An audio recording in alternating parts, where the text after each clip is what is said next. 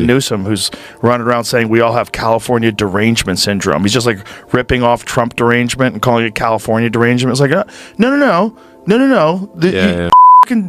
How many corporations have left California? It's crazy. Joe Rogan and Gavin Newsom's heated back and forth shows no signs of cooling as Rogan fires back with sharp criticism. Joe Rogan and Gavin Newsom's heated exchange shows no signs of slowing down as Rogan fires back with sharp criticism of the California governor, this time with Elon Musk jumping into the debate.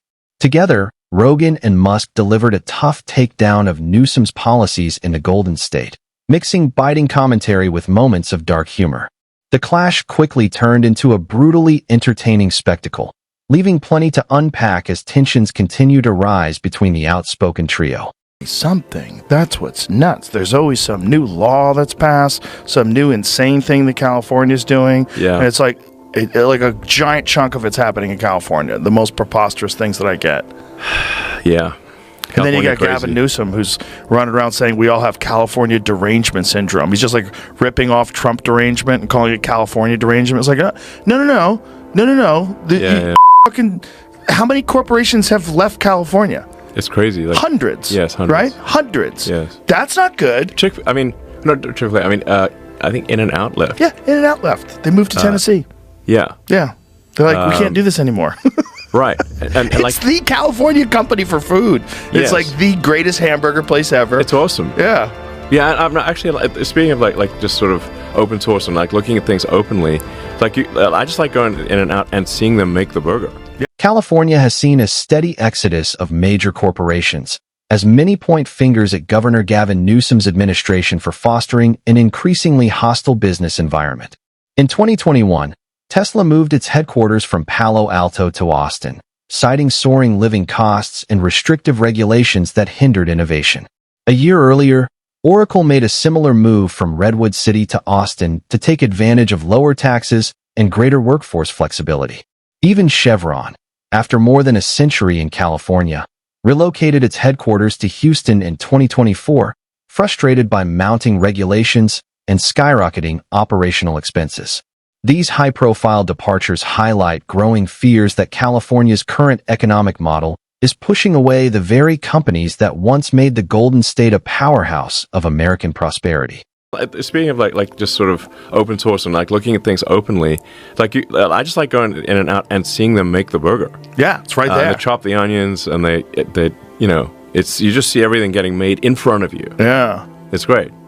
But yeah, it should be like, how many wake-up calls do you need to say that it needs to be reform in California? You know? Well, the crazy thing that Newsom does is whenever someone brings up the problems in California, he starts rattling off all the positives. The most Fortune 500 companies, highest education. But yeah, that was all already there before you were governor. But how many Fortune 500 companies have left California? Right. And then you guys spent $24 billion on the homeless, and it got way worse. Yes.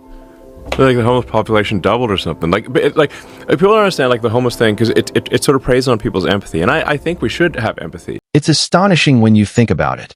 California has poured an incredible $24 billion into addressing its homelessness crisis, yet the problem hasn't improved. It's actually doubled. For many, this outcome isn't surprising. Critics argue that the state's strategy has been deeply flawed, focusing more on appearances than real solutions. Instead of restoring public spaces and helping people truly rebuild their lives, the policies have effectively normalized life on the streets. Tent encampments have become permanent landmarks, while well-intentioned programs have too often fostered dependency rather than recovery. As a result, many homeless individuals remain trapped in the same cycle of poverty and despair. What was meant to be compassion has instead become a tragic display of wasted resources and misplaced priorities, leaving California's streets looking less like a beacon of hope and more like a failed social experiment. Really, it's dark, man. It should be that network of NGOs should be called like the drug zombie farmers, because the more homeless people and really.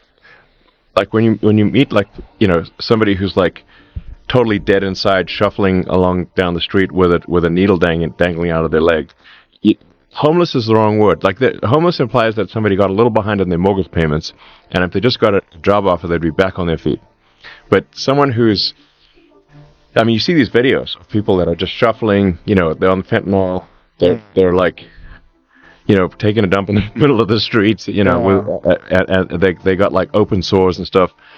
They're not like one job offer away from. Musk's point hits hard, and he's absolutely right.